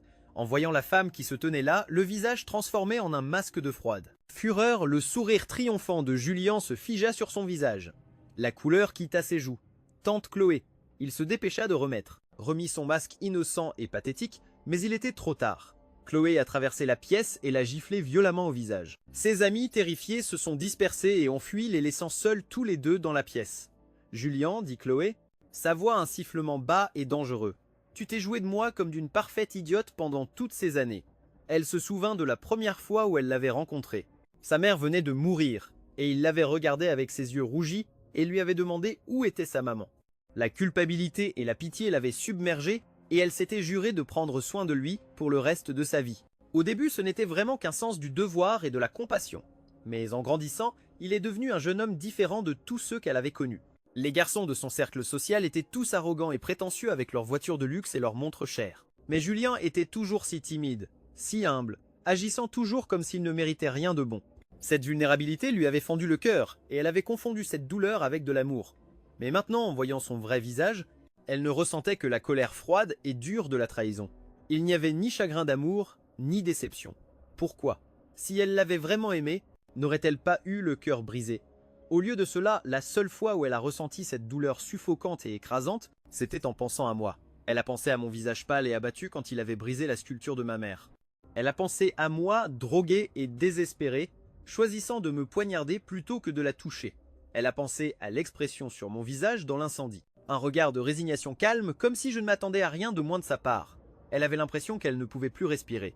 Toute sa rage, sa culpabilité, sa confusion. Tout s'est concentré sur le garçon qui se tenait devant elle. À cet instant, elle voulait le tuer. Il a dû le sentir car pour la première fois, il avait l'air sincèrement terrifié. Tante Chloé balbutia-t-il. S'il te plaît, pour l'amour de ma mère. La mention de sa mère sembla rompre le charme. La rage meurtrière dans ses yeux s'apaisa. Julien, dit-elle, sa voix froide et distante comme celle d'une étrangère. Quelle que soit la dette que j'avais envers ta mère, je l'ai plus que remboursée au cours de ces dernières années. À partir de maintenant, toi et moi ne sommes plus rien l'un pour l'autre. Elle se retourna et s'éloigna, et bien qu'il ait crié son nom derrière elle, elle ne se retourna jamais. Chloé se précipita chez elle pour trouver le salon encombré de boîtes et de sacs. Elle fronça les sourcils. Qu'est-ce que c'est que tout ça? L'expression de sa mère était neutre. Ethan a envoyé des affaires il y a un moment. Je commence à peine à les trier. Et pendant que j'y étais, j'ai trouvé toutes ces choses que tu avais jetées à la cave. J'ai pensé que tu voudrais peu être y jeter un œil. Chloé fixa les deux piles d'objets sur le sol, momentanément stupéfaite. La première pile était celle que je venais d'envoyer, tous les cadeaux qu'elle m'avait fait au fil des ans. Elle ne reconnaissait même pas la plupart d'entre eux, car c'était juste des choses qu'elle avait fait acheter au hasard par son assistante. Son expression s'assombrit. Avais-je vraiment prévu de tout lui rendre avant même de partir? Son regard se porta alors sur la deuxième pile. Elle reconnut cela. C'étaient les cadeaux que je lui avais offerts. Elle se souvint alors à quel point j'aimais lui offrir des présents pour son anniversaire, pour les anniversaires, pour toutes les fêtes imaginables. Cela l'avait tellement agacée qu'elle avait fini par ne même plus les ouvrir, se contentant de les jeter dans un débarras au sous-sol. Et maintenant, sa mère les avait tous sortis. Machinalement, elle commença à ouvrir les boîtes poussiéreuses une par une. Un porte-bonheur pour ses examens d'entrée à l'université, provenant d'un temple, dont elle se souvenait qu'il était réputé pour son efficacité, mais qui exigeait de faire la queue toute la nuit pendant plus de 10 heures. Le sac à main de créateur qu'elle avait voulu pour son anniversaire l'année dernière, un modèle qui ne pouvait être acheté qu'auprès du créateur lui-même. Et datant du mois dernier, l'accord de transfert d'actions pour la société de médias qu'elle avait nonchalamment mentionné vouloir acquérir. Il était apparemment allé négocier l'affaire pour elle. Tant de cadeaux, chacun rempli de tant d'attention et d'efforts. Et elle n'avait même jamais pris la peine de les ouvrir. Une douleur, comme une déchirure physique, se propagea dans sa poitrine. Qu'avait-elle fait? Elle avait pris le cœur d'un homme qu'il aimait si profondément et l'avait écrasé sous son talon, tout en chérissant un menteur et un manipulateur. Tremblante, ses yeux se posèrent sur le dernier sac cadeau. Son expression s'illumina d'un espoir soudain. Elle se souvenait de celui-là. C'était celui qu'il lui avait donné il y a seulement quelques jours. S'il avait vraiment prévu de la quitter depuis le début, pourquoi lui aurait-il fait un cadeau? Elle s'accrocha à cette pensée comme une naufragée à une planche de salut et déchira le sac pour l'ouvrir. Mais quand elle vit ce qu'il y avait à l'intérieur, elle se figea. C'était le joyau de la famille Davenport, le pendentif de Jade. Ce n'était pas du tout un cadeau. C'était lui qui lui rendait leur gage de fiançailles. Il avait essayé de couper tous les liens avec elle, de manière complète et irrévocable. Cette dernière lueur d'espoir désespérée. En elle se brisa. Le monde devint noir. Chloé. Chloé développa une forte fièvre. Le médecin dit que c'était probablement provoqué par un stress émotionnel extrême. Elle resta inconsciente pendant 3 jours et 3 nuits, dans son délire. Elle n'arrêtait pas de murmurer des noms. Parfois celui de Julien, parfois le sien. Ses parents étaient morts d'inquiétude. Après 3 jours, elle reprit enfin connaissance. Sa mère se précipita à son chevet. « Chloé, tu es enfin réveillée. Elles étaient inconscientes pendant 3 jours. Tu m'as fait mourir de peur. » Mais en regardant sa fille, elle réalisa que quelque chose était différent. Le regard dans les yeux de Chloé n'était plus le même. C'était comme si elle était une personne différente. Un frisson de peur là, parcourut. « Chloé, ne me fais pas peur. Est-ce que ça va ?» Chloé sembla alors sortir de sa torpeur, son expression s'adoucissant, en quelque chose de plus familier, mais il y avait toujours un regard étrangement complexe dans ses yeux. « Maman, j'ai fait un rêve, dit-elle, doucement. Dans mon rêve, Ethan et moi étions mariés, et j'étais horrible avec lui. » En entendant cela, les yeux de sa mère se remplirent de larmes à nouveau. « Oh ma chérie, pourquoi te tortures-tu comme ça? Ethan t'adorait, dit-elle la voix, chargée d'émotion. Tu ne l'as pas apprécié et maintenant qu'il est parti, tu es hanté par lui. Mais peu importe combien. De rêve tu fais, Chloé, il ne reviendra pas. » Chloé fronça les sourcils. Elle savait que ce n'était pas juste un rêve né du regret. C'était trop étrange, trop vif, cela semblait réel, comme si cela s'était vraiment produit. Dans le rêve, nous étions aussi fiancés depuis l'enfance, mais dans cette version des faits, il n'était pas allé au centre aérospatial. Il était resté et nous étions mariés comme prévu. Et dans le rêve, elle n'avait jamais découvert la vraie nature de Julien, ni n'avait-elle jamais reconnu ses propres sentiments pour lui. Elle avait été une épouse horrible. En 20 ans de mariage, elle ne lui avait jamais acheté un seul cadeau, jamais proposé un rendez-vous, et traitait leur relation physique comme une corvée. Ce n'est qu'après qu'il l'ait suppliée pour son 35e anniversaire qu'elle a accepté d'être avec moi une fois par mois. Et pendant tout ce temps, elle avait continué à se languir de Julien. Bien qu'elle n'ait jamais été infidèle, elle lui avait donné tout l'amour et l'affection qui auraient dû être les miens. Leur mariage, vide, sans amour, avait duré plus de 20 ans. Puis, quand elle a eu 55 ans, une catastrophe majeure a frappé son entreprise pharmaceutique. L'accident, s'est-il avéré, était indirectement la faute de Julien. À ce moment-là, il était marié à une femme d'une famille modérément riche. La Chloé du rêve, bien que rongée par la jalousie, avait donné à la famille de la femme de nombreuses opportunités commerciales, tout ça pour s'assurer que Julien vive une vie confortable. Mais ils avaient été incompétents. Une simple erreur de fabrication avait conduit à un lot de médicaments contaminés qui avait tué des dizaines de personnes. Chloé avait travaillé sans relâche pour gérer les retombées. Au milieu de tout cela, Julien l'avait appelé tard un soir, se plaignant qu'il se sentait malade et que sa femme n'était pas en ville. Il lui avait demandé de venir et la Chloé du rêve, toujours si éprise de lui, avait carrément conduit à travers un blizzard au milieu de la nuit pour être avec lui. Mais les routes étaient verglacées et elle était épuisée. Elle avait eu un accident de voiture. La Chloé du rêve était morte cette nuit-là à l'âge de 55 ans. Mais étrangement, bien que son corps soit mort, sa conscience persistait. Elle a pu observer ce qui s'est passé après sa mort. Elle m'a vu trouver enfin l'album photo qu'elle gardait sous clé dans son coffre-fort. Il était rempli de photos de Julien, sa remise de diplôme du lycée, ses années d'université, chaque anniversaire, chaque endroit où ils étaient allés ensemble. Elle avait méticuleusement documenté et chéri chaque moment. Le moi du rêve, en voyant cet album, avait finalement compris la profondeur de ses sentiments pour lui. Et pas seulement ça, avant de mourir, elle avait rédigé un testament, léguant toute sa fortune à Julien. Cette partie ne l'a pas surprise. Son propre plan avait été de faire de même, de rédiger un testament immédiatement après notre mariage, lui laissant tout. Elle avait estimé que puisqu'elle ne pouvait pas lui donner une vie avec elle, le moins qu'elle puisse faire était de lui donner son argent. C'est pourquoi elle m'avait menti sur la nécessité d'une vasectomie, pourquoi elle avait été si déterminée à ne pas avoir d'enfant avec moi. Et dans le rêve, elle avait fait exactement ça. 20 ans de mariage, pas d'enfant et un héritage qui lui est entièrement revenu. Il ne me restait plus rien, sauf la montagne de dettes du scandale de son entreprise, qui, en tant que son mari, était maintenant légalement la mienne. Avec la fortune de ma propre famille, j'aurais pu facilement la rembourser. Mais les familles des victimes ne le savaient pas. Elles ont supposé que sans son héritage, je serais incapable de payer. Et alors, dans leur chagrin et leur rage, ils m'avaient poignardé à mort. L'horreur absolue de tout ça la réveilla en sursaut. Pendant un moment, elle fut désorientée, ne sachant pas si elle était la Chloé de ce monde ou celle du rêve. Ses émotions étaient un chaos indescriptible. Son premier sentiment fut un soulagement. Dans ce monde, j'étais encore en vie. Je n'avais pas été assassiné à cause d'elle. Mais ensuite, le soulagement fut remplacé par une douleur suffocante. Dans ce monde, bien que j'étais en vie, j'étais dans un endroit qu'elle ne pourrait jamais atteindre. La Chloé de son rêve, malgré tous ses défauts, m'avait au moins eu pendant 20 ans.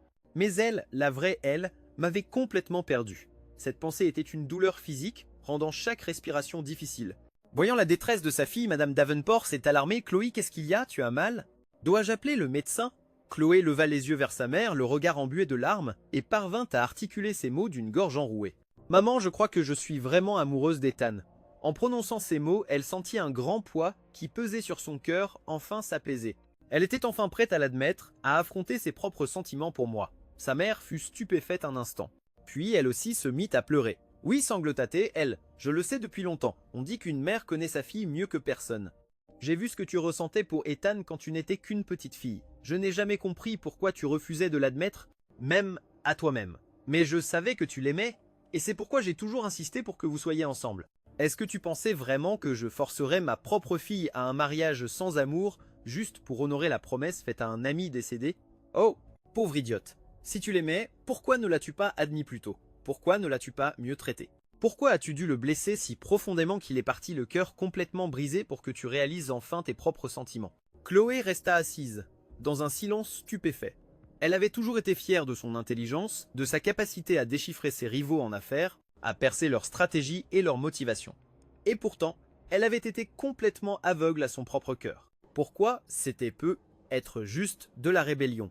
Elle m'avait connu toute sa vie. Nous étions des amours d'enfance. Quand elle était enfant, elle était si douce avec moi, voulant toujours que je sois le papa quand on jouait à la famille. Quand est-ce que ça avait changé? Ah oui, c'était l'année où elle était au lycée, l'année de la mort de ma mère. Sa mère avait soudainement insisté pour officialiser nos fiançailles, pour faire de nous une vraie famille. Et à la même époque, Chloé se disputait violemment avec ses parents au sujet de la filière universitaire à choisir. Ils voulaient qu'elle étudie la finance pour se préparer à reprendre l'entreprise familiale, mais son rêve était d'être styliste. Finalement, elle avait cédé à leur pression et choisi une filière qu'elle détestait. Mais cette étincelle de rébellion ne s'était jamais éteinte. Et quand ses parents ont ensuite essayé de arranger son mariage, cette étincelle s'est transformée en un véritable brasier. Pourquoi devrait-il contrôler sa carrière et son mariage? Dans sa rébellion, elle avait commencé à mal me traiter, comme si être cruelle avec moi était une façon de lutter contre eux. Et puis, vers la fin de l'université, elle a rencontré Julian. Il était mon parfait opposé. J'étais sûr de moi. Il était innocent. J'étais direct, il était timide. J'étais l'héritier privilégié, il était l'orphelin sans le sou. Ce contraste frappant l'avait attiré à lui. C'était comme si être gentil avec lui était une façon de prouver que je n'étais pas son genre, que son mariage avec moi était quelque chose auquel on la forçait. Elle n'avait même pas réalisé à quel point elle était piégée par sa propre logique tordue. Comment cela l'avait conduite à faire tous les mauvais choix. Et maintenant elle avait enfin vu que Julian n'était pas le garçon innocent qu'elle avait imaginé. Mais même s'il l'avait été, elle savait maintenant qu'elle ne l'avait jamais vraiment aimé. Ses sentiments pour lui étaient faits de 30% de pitié et 70% de rébellion. Celui qu'elle avait aimé au fond d'elle depuis le début, c'était moi. Après tout, c'était elle qui dirigeait l'entreprise familiale maintenant, celle qui prenait les décisions. Si elle n'avait vraiment pas voulu m'épouser, elle aurait pu défier ses parents. Mais elle s'était accrochée à ce mariage en utilisant le prétexte d'honorer sa promesse. La vérité, c'est qu'elle m'aimait. Et maintenant qu'elle l'avait enfin compris, il était trop tard. Sa mère parlait toujours. La voix brisée par les larmes. C'est trop tard maintenant. Son projet, 10, 20 ans. Vous deux avez raté votre chance. Ce qui est fait est fait. Tout le monde a le cœur brisé un jour. Tu dois tourner la page. Trouve quelqu'un avec qui tu pourras être vraiment heureuse. Un frisson parcourut le corps de Chloé. Elle leva la tête, les yeux flamboyants. Non, je ne le laisserai pas partir. Sa mère était déconcertée. Elle vit la détermination féroce dans les yeux de sa fille, ses mains serrées en poing. Je vais le récupérer, dit Chloé, la voix pleine de conviction. Tant qu'il sera sur cette terre, je le trouverai. Je me fiche de l'endroit où je dois aller. À cet instant, tout devint clair pour elle. Comparé au rêve où ils étaient tous les deux morts tragiquement après 20 ans d'un mariage misérable et sans amour, cette réalité, bien que douloureuse, gardait encore une lueur d'espoir. Et alors si j'étais parti? Elle était toujours en vie. Elle pouvait encore me reconquérir, et elle devait croire qu'après l'avoir aimée si longtemps, je n'avais pas pu l'abandonner complètement. Elle m'avait juste fait si mal que j'avais eu besoin de m'échapper un moment. Mais maintenant, elle connaissait son propre cœur. Si seulement elle pouvait me montrer, si seulement elle pouvait prouver son amour, ils pourraient sûrement se retrouver. Sa mère la regarda, atterrée. « Ma chérie, qu'est-ce que tu racontes? Il est sur un projet gouvernemental top secret. Comment pourrais-tu bien le trouver ?» Mais l'expression de Chloé était sereine. Il y a toujours un moyen. Et si je ne peux pas le trouver, alors j'attendrai. 10 ans, 20 ans. J'attendrai aussi longtemps qu'il le faudra. Quoi ? Murmura sa mère, abasourdie. Mais en voyant la résolution inébranlable sur le visage de sa fille, elle sut qu'elle ne pourrait rien dire pour la faire changer d'avis. La jeune fille qu'il pouvait autrefois contrôler avait disparu. À sa place se tenait une femme qui s'était enfin affirmée. Ni elle, ni son mari ne pouvaient l'influencer. Alors Chloé commença à agir immédiatement. Le jour de sa sortie de l'hôpital, elle commença à user de ses relations, essayant de découvrir sur quel projet, dans quelle installation j'avais été envoyé. Mais le projet était trop confidentiel. Même avec toutes ses relations, elle s'est heurtée à un mur. Alors, elle a changé de tactique. Elle a commencé à investir massivement dans diverses entreprises aérospatiales. C'était généralement des initiatives gouvernementales. Mais avec suffisamment de fonds, des entités privées pouvaient se joindre en tant qu'investisseurs ou donateurs, et Chloé y a injecté de l'argent, une somme faramineuse, sans se soucier du coût. Elle préparait le terrain, convaincue qu'un jour ces investissements la mèneraient à moi. L'histoire officielle après le mariage annulé était que j'avais été blessé et que la cérémonie était reportée d'un mois. Mais quand ce mois est passé et que j'étais toujours introuvable, les questions ont commencé. Finalement, ses parents ont dû admettre la vérité. J'avais rompu les fiançailles. La nouvelle a provoqué un scandale. Tout le monde supposait que les Davenport trouveraient rapidement un nouveau parti pour leur fille. Mais alors, à la surprise générale, Chloé a fait une annonce publique. Elle allait attendre mon retour. Elle n'a pas dit où j'étais allé, seulement que j'étudiais à l'étranger et qu'elle attendrait mon retour. Une riche héritière déclarant publiquement sa dévotion. C'était le genre d'histoire dont les gens aimaient parler. Les Hayes et les Davenport étaient deux familles importantes, et Chloé et moi étions tous deux considérés comme plutôt séduisants. Nous avions déjà quelque chose comme une communauté sur les réseaux sociaux. La déclaration d'amour public de Chloé est devenue virale, en tendance sur Twitter pendant des jours. Pendant ce temps, au centre aérospatial du Nevada. Et vous avez vu ça en ligne ? Une certaine Chloé Davenport vient d'annoncer publiquement qu'elle attendait le retour de son fiancé parti étudier à l'étranger. Waouh, j'ai vu ça aussi, mais je pensais qu'elle ne pouvait pas le supporter. Je me souviens avoir lu une fois que pour son anniversaire, il avait acheté plein de panneaux publicitaires numériques pour lui souhaiter un joyeux anniversaire. Et quand un journaliste l'a interrogée à ce sujet, elle a juste dit que c'était un gaspillage d'argent inutile. Ouais. Comment s'appelait-il déjà ? Ethan Hayes, je crois. Pendant qu'il parlait, tous les chercheurs se sont tournés pour regarder vers moi, assis en silence au bout de la table, la tête baissée. Et Ethan, ce type a exactement le même nom que toi. Le même nom de famille et tout. Ma main tenant ma fourchette s'est figée. La vie au centre était isolée, et on nous interdisait de contacter le monde extérieur pour éviter les fuites de sécurité. Mais ce n'était pas comme s'ils nous coupaient complètement d'Internet. Sans une forme de divertissement de base, le moral chuterait. Donc, nous étions autorisés à consulter les actualités et même à commander des choses en ligne. Nous n'avions simplement pas le droit de publier quoi que ce soit, et tous nos colis étaient envoyés à une adresse centrale pour être inspectés avant de nous être livrés. Donc, oui, j'avais vu la nouvelle concernant la grande déclaration romantique de Chloé. Mes collègues me regardaient tous avec curiosité. Tu sais, Ethan, le moment du départ de son fiancé correspond à peu près au moment où tu es arrivé, sauf que lui est parti étudier à l'étranger, et que toi, tu es venu ici. Ouais. Si je ne savais pas, je pourrais presque croire que c'est toi, a plaisanté un autre. Ils ont tous ri. J'ai forcé un sourire. C'est un grand monde. Beaucoup de gens ont le même nom. Ici, au centre, nous n'étions pas particulièrement proches. Donc, à part ma superviseure, qui avait vu mon dossier et connaissait mon passé, aucun de mes collègues ne savait que j'étais l'héritier de la fortune des Hayes. Ils n'auraient jamais deviné. Après tout, dans leur esprit, quel genre d'enfant de riche renoncerait à une vie de luxe pour venir travailler dans un endroit comme celui-ci? Alors, ils ont accepté mon explication sans poser de questions et sont retournés à leur commérage. Plus tard dans la nuit, alors que ma superviseure et moi vérifions des données, elle a finalement abordé le sujet. Ethan hâté, elle dit doucement « Tu n'en as jamais parlé, mais je suppose que tu es venu ici parce que ta fiancée t'a brisé le cœur. » On dirait qu'elle réalise son erreur maintenant. « As-tu envisagé de rentrer ?» Elle a hésité un instant avant d'ajouter « Je sais que la règle est que personne ne part avant la fin du projet, mais des exceptions peuvent être faites si tu en fais la demande. » Mais j'ai répondu sans la moindre hésitation. « Je ne pars pas, l'ai-je regardé, et dit calmement. Peut être qu'elle regrette maintenant, mais ça n'a pas d'importance. Je ne suis pas venu ici pour la contrarier ou me cacher d'elle. Je suis venu ici pour poursuivre mon rêve, c'était vrai, j'avais vu ses déclarations publiques, mais elles ne signifiaient rien pour moi. Et alors si cette version de Chloé avait finalement réalisé qu'elle m'aimait? Et alors si chaque mot qu'elle disait était sincère? Un amour qui arrive trop tard n'a aucune valeur. Aucun regret ne pourrait changer la douleur qu'elle m'a causée dans cette vie ou effacer les souvenirs de la précédente. Je n'allais plus rien abandonner pour elle. Je suis venu ici pour mon rêve, pas pour quelqu'un d'autre. Cette vie, je la vis pour moi-même. Elle m'a regardé un instant, puis a hoché la tête un peu embarrassée. Tu as raison. J'ai manqué de perspective. Je suis désolé. Et ainsi, ma vie tranquille au centre a continué. Je me suis plongé dans mon travail, et voir le projet avancer pas à pas m'apportait un sentiment de joie et de but que je n'avais jamais connu. Les années au centre de recherche ont filé. Avant que je ne m'en rende compte, 3 ans s'étaient écoulés. Un jour, alors que je quittais le laboratoire, je suis tombé sur l'un des directeurs de projet. Il m'a immédiatement pris à part. Ethan, il y a un dîner de remerciements ce soir pour certains de nos principaux donateurs d'entreprise. J'aimerais que vous veniez. J'ai froncé les sourcils. Je ne pense pas, je ne suis qu'un chercheur. Les relations publiques, ce n'est pas mon travail. Il a fait un geste dédaigneux de la main. Ne soyez pas si modeste. Nous savons tous qui vous êtes. Ethan, vous êtes l'héritier de la fortune des Hayes. Vous savez comment gérer ces événements mieux qu'une bande de vieux universitaires. Venez, c'est tout. À contre-cœur, j'ai accepté et j'ai accompagné les directeurs au dîner. Au moment où nous sommes entrés, je l'ai vue, Chloé, debout à l'autre bout de la pièce dans une élégante robe de soirée. Je me suis figé, elle m'a vu au même moment, et son visage s'est illuminé d'un sourire radieux alors qu'elle se levait. Ethan, j'ai enfin compris ce qui se passait. Je me suis tourné vers le directeur et j'ai dit doucement « Monsieur, je pense que je devrais retourner à mon travail ». Je me suis retourné pour partir, mais avant que j'ai pu faire 2 pas, elle était là, sa main sur mon bras. « Ethan, pourquoi me fuis-tu ? J'ai dégagé mon bras. » « Je ne te fuis pas. » Et je dis calmement. Sa voix est devenue plus agitée. « Tu mens. Tu étais sur le point de franchir la porte.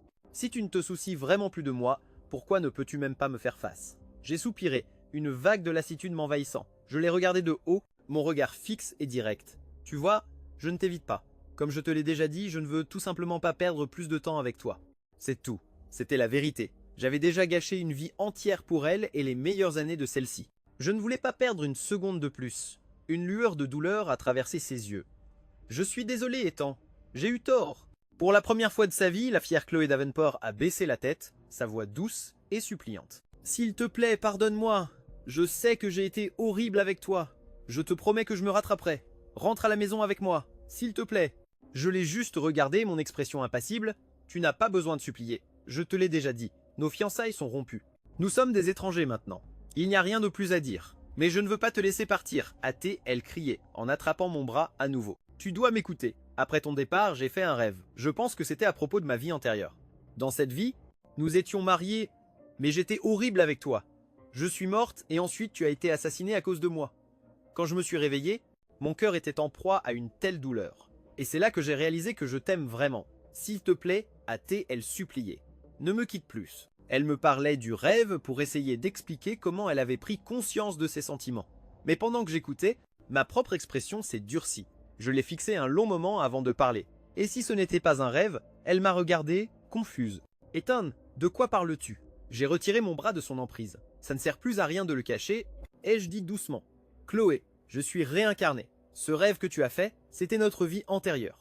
Donc toute la douleur, tout le désespoir que tu m'as vu endurer, tout cela était réel. » Elle m'a regardé complètement sans voix. Je l'ai regardé droit dans les yeux et j'ai dit lentement et clairement « Chloé, si tu avais passé plus de 20 ans de ta vie dévouée à quelqu'un qui ne t'a rien donné en retour, et qu'à la fin tu avais été assassiné à cause de son égoïsme, si on t'avait donné une seconde chance, donnerais-tu une autre opportunité à cette personne? Perdrais-tu une seule seconde de plus de ta vie pour elle ?» La couleur quitta complètement son visage. Elle resta là, incapable de parler. « Ton expression me donne ta réponse. » dis-je doucement. « Alors, j'espère que tu peux comprendre la mienne. Chloé ne vient plus me chercher. » Et sur ce, je me suis retourné et je suis parti. Chloé est restée là où elle était, l'air complètement anéanti. Elle avait pensé que le rêve semblait réel, mais elle n'avait jamais imaginé qu'il l'était vraiment. Donc, j'avais vraiment vécu tout ça. Elle s'effondra sur le sol, un regard de désespoir total dans les yeux. Elle avait pensé que le rêve était un avertissement, un moyen pour elle de comprendre enfin son propre cœur. Elle n'avait jamais envisagé que c'était le souvenir de tout ce que j'avais enduré. Et si j'avais vécu tout ça, alors c'était vrai. Je ne pourrais jamais, au grand jamais, lui pardonner. En réalisant cela, elle se couvrit le visage et commença à sangloter. Le temps passa à toute vitesse. 7 autres années s'écoulèrent en un clin d'œil. Le jour où le vaisseau spatial de l'homme atterrit en toute sécurité. Un cri de célébration éclata pour moi et mes collègues chercheurs. Nous savions ce que cela signifiait. Le projet était un succès total. 10 longues années de travail avaient enfin porté leurs fruits. Tout le monde était fou de joie, nous pouvions enfin rentrer à la maison. « Je me demande si mes enfants vont seulement me reconnaître », dit un collègue. « J'espère juste que le mauvais genou de ma mère va mieux », dit un autre. L'air était rempli des bavardages excités et émus de personnes impatientes de retrouver leur vie. Seulement, je restais silencieux. Je n'avais pas de maison où retourner. Mes parents étaient partis et Chloé et moi n'étions plus rien l'un pour l'autre. Je ne faisais que retourner à une vie calme et solitaire. Je suis retourné à Ceres City peu de temps après. À ma surprise, Madame Davenport attendait pour moi à mon nouvel appartement. « Ethan, tu es enfin de retour » s'écria-t-elle en me saisissant la main. « Tu dois venir vite. » Chloé n'a pu être plus beaucoup de temps. Quoi? J'étais abasourdi. Je l'ai suivie à l'hôpital où j'ai trouvé Chloé allongée dans un lit, l'air frêle et faible, l'ombre d'elle-même. « Qu'est-ce qui s'est passé ?» demandai-je en fronçant les sourcils. Dans ma vie passée, elle avait vécu jusqu'à la cinquantaine et était morte dans un accident. Pourquoi était-elle si malade maintenant? La voix de Madame Davenport était pleine de larmes. Après ton départ, elle a complètement détruit sa santé. Elle ne faisait que travailler jour et nuit. Nous l'avons suppliée de prendre soin d'elle, mais elle n'a pas voulu écouter. Son corps n'a tout simplement pas supporté la pression. On lui a diagnostiqué un cancer en phase terminale il y a quelques mois. La santé d'une personne est un équilibre délicat entre la génétique, l'alimentation, le mode de vie et le bien-être émotionnel. Après mon départ, l'esprit de Chloé s'était brisé et elle avait puni son corps par la négligence, épuisant complètement sa santé. J'ai regardé la femme dans le lit. Elle m'a adressé un sourire faible et amé. « Tu es revenu. » Hâtée, elle murmurait. « Tu sais, j'avais un plan. Puisque j'ai gâché 20 ans de ta vie dans notre dernière vie, j'allais t'attendre pendant 20 ans dans celle-ci. Mais il semble que je n'y arriverai pas. Ethan, après tout ça, peux-tu me pardonner? Peux-tu me donner une autre chance ?» J'ai regardé la femme frêle devant moi, une femme qui avait été si vibrante autrefois, et après un long silence, j'ai finalement parlé. « Je te pardonne. » La lumière dans ses yeux s'est éteinte. Je lui avais pardonné, mais je ne lui avais pas donné une autre chance. Le sens était clair. Même maintenant, alors qu'elle était sur son lit de mort, je n'allais pas lui mentir. Un regard de profonde tristesse traversa son visage, et elle ferma les yeux. C'était de sa propre faute, elle connaissait sa propre punition. « Dans la prochaine vie », murmura-t-elle, sa voix n'étant qu'un murmure. « Une véritable prochaine vie sans aucun souvenir de celle-ci, je te promets que je serai bonne avec toi. » Et puis elle avait disparu.